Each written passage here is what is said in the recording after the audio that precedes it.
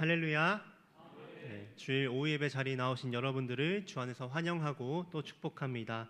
우리 함께 나온 옆지체를 바라보시면서 좌우 앞뒤를 바라보시면서 이렇게 인사하겠습니다. 사랑합니다. 축복합니다. 사랑합니다. 축복합니다. 네, 사랑합니다. 축복합니다.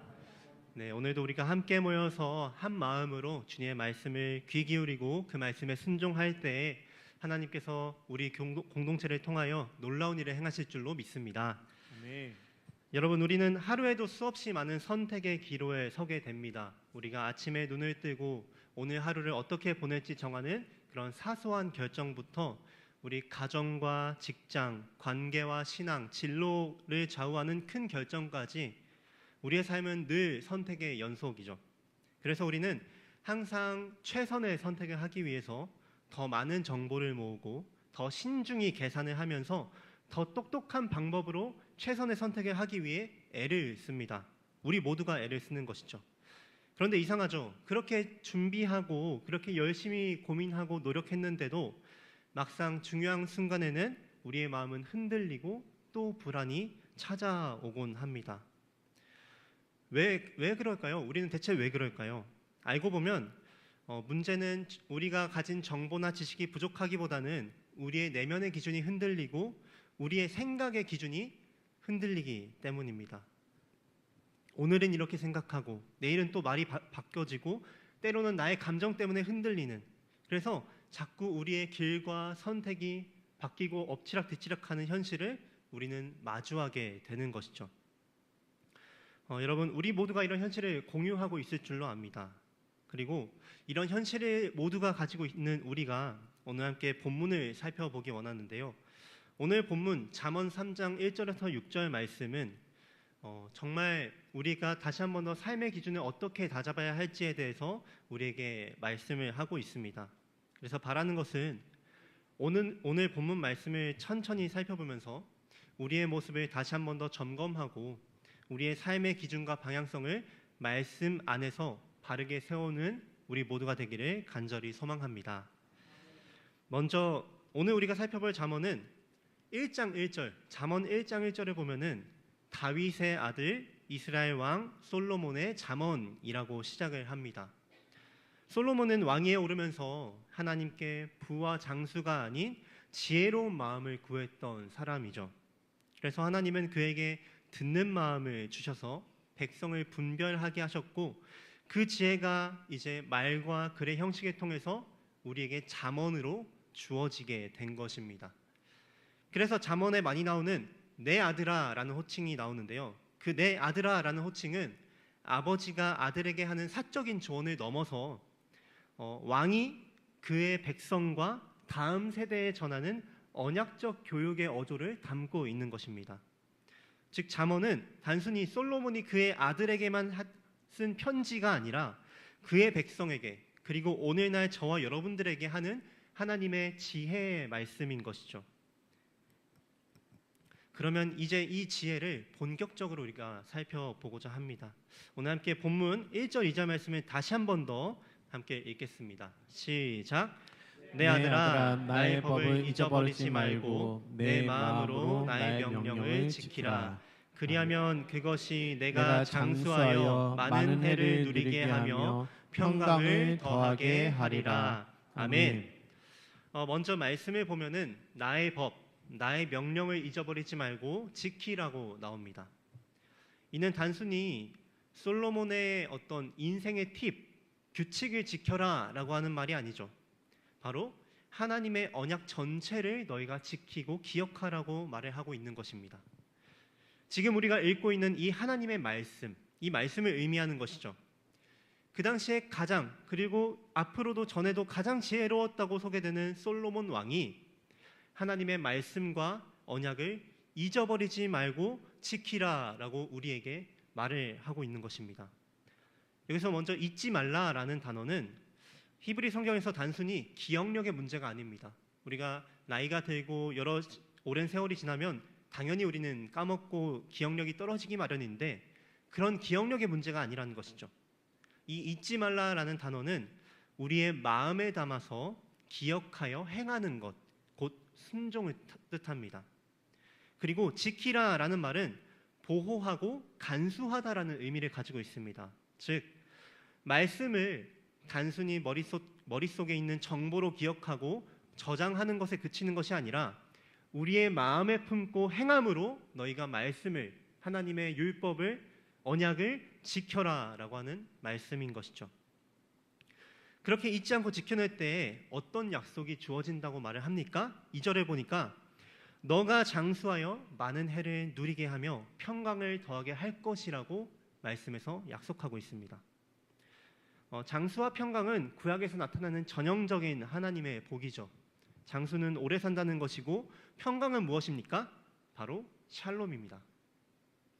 샬롬은 단순히 문제 없음이 아니라 모든 관계가 회복되고 중심이 안정되고 우리의 삶이 제자리를 찾아가는 그러한 충만을 샬롬이라고 표현합니다. 그래서 너희가 하나님의 말씀, 언약을 기억하고 순종하고 지키려고 할 때에 너희는 장수할 것이며 너희의 삶에 샬롬이 임할 것이다 라고 오늘 말씀에서 얘기하는 것이죠. 그런데 잠깐 여기서 짚고 넘어가야 할 것이 있습니다. 말씀에 순종한다면 장수한다라는 이 말에 대해서 설명이 조금 더 필요할 것 같은데요. 여러분 성경을 읽고 우리가 잠언을 읽을 때 어떤 말씀을 하나의 공식과 자동 보장의 원리로 이해해서는 안 됩니다. 잠언은 우리에게 일반적인 원리를 말합니다. 너희가 말씀대로 살면 우리 삶에는 파괴적인 선택이 줄어들고 그렇게 되면은 우리의 관계와 몸과 마음이 보존되어서 그에 따라 보통은 더 평안하고 길게 살 가능성이 크게 됩니다. 하지만 동시에 성경은 우리에게 예외의 상황도 숨기지 않죠. 하나님의 말씀에 순종하고 하나님을 따랐던 의인이 고난을 당하고 때로는 그 의인이 생을 짧게 마감하기도 한다는 것이죠. 하지만 이러한 입체적인 모습은 하나님의 약속이 실패한 것이 아니라 하나님께서 우리의 수명까지도 주권적으로 다스린다는 뜻입니다. 그래서 잠언의 장수를 이해할 때는 현세에서 오래 사는 장수도 의미하지만 동시에 우리의 종말론적인 장수 또한 의미하는 것입니다. 설령 우리가 이 땅에서 생명이 짧아진다 하더라도 궁극의 장수는 부활과 하나님 나라에서 완성된다는 것이죠. 아무튼 이렇게 입체적으로 장수, 성경에서 말하는, 잠언에서 말하는 장수를 이해하면 좋을 것 같습니다. 그러면 다시 돌아와서 여기 있는 저와 여러분들이 모두 이 말씀을 기억하고 순종함으로 삶의 모든 순간에 하나님이 주시는 장수와 샬롬을 누렸으면 좋겠습니다. 하지만 우리의 현실을 보면은 이렇게 좋고 풍성한 걸음을 잘 걷지 못할 때가 굉장히 많죠. 우리의 묵상 노트, 우리의 설교 노트에는 줄과 메모가 가득하지만 실제 나의 현실의 선택의 순간은 내 감정과 내 계산이 최종 기준이 되고 먼저 앞서지는 않습니까? 급한 결정을 앞두고 기도보다 우리의 계산과 검색이 앞설 때가 얼마나 많습니까? 이러한 우리의 현실을 먼저 돌아보아야 합니다. 여러분, 물론 우리는 인생을 살아갈 때 계산을 해야 합니다. 검색도 해야 되고요. 삶의 모든 순간을 고민하면서 신중하게 판단해야 합니다. 인터넷도 우리에게 주어진 수많은 지식도 하나님이 주신 도구로서 얼마든지 선하게 활용할 수가 있죠. 다만 여기서 성경이 경계하는 것은요, 너희가 생각하지 말라가 아니라 우리의 생각과 기준이 그 유익하다고 여기는 것들로만 가득 차서 결국에는 하나님을 잊어버리는 상태를 경계하고 있는 것입니다. 그래서 1절 동사가 잊지 말라라고 우리에게 던지고 있는 것이죠. 지식을 비우라는 말이 아니라 최종 기준을 너희가 지켜라, 잊지 말라라고 말씀을 하고 있는 것입니다. 우리가 많은 것을 알면 알수록 필요한 것은 무엇을 더 우선순위로 먼저 두느냐의 싸움인 것 같습니다. 곧 마음의 중심을 누구에게 내어드리느냐의 문제인 것이죠. 그래서 말씀을 바라는 것은 우리가 말씀을 머리에 스치게만 두는 것이 아니라 가슴이 지키는 기준으로 두기를 간절히 소망합니다. 계산을 하되 계산의 주인은 말씀이 되게 하는 것, 이것이 바로 오늘 본문이 우리에게 요구하는 질서인 것 같습니다. 여러분, 이 말씀 앞에 우리 모두가 진실한 마음으로 반응하기를 소망합니다. 오늘 들은 이 말씀을 기억하시고 지키기를 바랍니다. 오늘 들은 주일의 말씀을, 오늘 오전에도 들은 그 주일 말씀을, 또 내일부터 이어지는 묵상하는 매일의 말씀을 기억하고 끝까지 지켜내시기를 바랍니다. 그렇게 끝까지 지켜냄으로써 하나님이 주시는 샬롬의 인생을 누리는 저와 여러분들이 되기를 간절히 소망합니다. 이제 그 다음 본문 함께 살펴보겠습니다. 먼저 3절과 4절 말씀을 함께 읽겠습니다. 시작. 인자와 진리가 내게서 떠나지 말게 하고 그것을 내 목에 매며 내 마음판에 새기라. 그리하면 내가 하나님과 사람 앞에서 은총과 귀중히 여김을 받으리라. 아멘. 네, 이제 말씀은 인자와 진리가 너에게서 떠나지 말게 하라로 이어집니다. 여러분, 인자와 진리, 이 두 단어가 성경에 굉장히 많이 나오지만 조금 추상적으로 여겨질 수가 있습니다. 그런데 이 말은 단순하게 너희가 착하게 살아라 라는 교훈이 아닙니다. 여기서 인자는 원어로 헤세드인데 하나님의 언약적인 사랑을 뜻하고, 진리는 에메트인데 하나님의 신실함과 성실함을 의미합니다. 즉 하나님께서 이스라엘을 대하실 때 보여주신 그 마음을 의미하죠. 끝까지 책임지시는 사랑, 변치 않는 성실함을 가리키는 말이 바로 인자와 진리인 것입니다. 그래서 출애굽기 34장을 보면요, 하나님은 모세 앞에 나타나셔서 스스로를 이렇게 소개하셨습니다. 여호와라 여호와라, 자비롭고 은혜롭고 노하기를 더디하고 인자와 진실이 많은 하나님이라. 아멘. 그러니 여기서 잠언이 말하는 인자와 진리는 곧 하나님의 성품을 닮아가는 삶의 태도를 말하고 있는 것이죠. 성경은 바로 이 인자와 진리, 이 두 가지를 목에 매고 너희의 마음판에 새기라고 말씀합니다. 먼저 목에 맨다는 건 단순한 목걸이, 장식품이 아니라 정체성의 표식을 의미합니다. 당시 목걸이나 어떠한 폐용품은 자신이 누구에게 속했는지를 보여주는 표식이기도 하였죠. 그래서 너희가 목에 매라는 것은 사람들이 너를 볼 때에 그 삶에서 너가 인자와 진리가 드러나도록 하라라는 뜻이죠. 그리고 마음판에 새기라는 말은 행동만이 아니라 너의 동기와 중심까지 하나님의 성품을 따라가라라는 것입니다. 외적인 행위가 아니라 나의 내적인 습관, 즉 삶의 깊은 자리에서 하나님의 사랑과 하나님의 성실함이 흘러나오는 삶을 우리에게 살아가라고 요구하는 것입니다. 그렇다면 인자와 진리를 목에 매고 마음에 새긴 사람은 어떠한 삶의 열매를 맺는다고 약속합니까? 4절은 이렇게 약속하죠. 그리하면 너가 하나님과 사람 앞에서 은총과 귀중히 여김을 받으리라. 여기서 은총은 하나님이 주시는 호의고, 귀중히 여김은 사람들 앞에서의 존경과 신뢰를 의미합니다. 다시 말해서 인자와 진리를 따라 사는 사람은 하나님께도 인정받고 사람에게도 신뢰를 받는 삶을 살게 된다는 것이죠. 그러면 이제 말씀에 비추어서 다시 한 번 더 우리의 삶을 돌아보면 좋겠습니다. 여러분, 인자와 진리 대신에 우리는 종종 삶을 살아갈 때 효율과 이익을 우리의 목에 걸고 살아가지는 않습니까? 우리의 마음판에 사랑과 성실 대신에 서두름과 변덕을 새기면서 살아갈 때가 얼마나 많습니까? 그래서 오늘 말씀은 우리를 초대합니다. 사랑과 성실을 나의 목에 메어서 내 삶의 정체성으로 삼으라고 우리를 초대합니다. 하나님이 나를 어떻게 대하셨는지를 기억하면서 나도 이웃을 그렇게 대하라고 우리에게 초청하고 있는 것이죠. 그러니 이 시간 우리의 마음을 향하여서 이렇게 질문해 보면 좋겠습니다. 나는 지금 인생을 살아가고 사람과의 관계를 맺을 때 무엇을 나의 목에 걸고 드러내고 있는가? 과연 나의 마음판에는 무엇이 새겨져 있는가? 말씀과 성령이 새겨놓으신 인자와 진리인가? 아니면 이 세상에서 배운 불신과 계산인가? 나는 과연 어떤 것을 내 목과 마음에 새기고 있는지를 먼저 돌아보기를 소망합니다. 사랑하는 여러분, 오늘 본문은 우리에게 새로운 기준을 다시 한 번 더 제시합니다. 오늘 하루를 살며 내가 주고받는 말 속에서 또는 작은 결정 속에서 하나님의 성품을 닮은 인자와 진실이 우리의 삶 가운데 드러나게 되기를 간절히 소망합니다. 그렇게 살 때에 하나님께서는 은혜로 우리를 인정하시고 이웃과 공동체 안에서도 우리는 신뢰받는 삶이 되어갈 것입니다. 바라는 것은 이렇게 하나님과 이웃과 공동체에게 사랑받고 신뢰를 받는 저와 여러분이 되기를 간절히 소망합니다.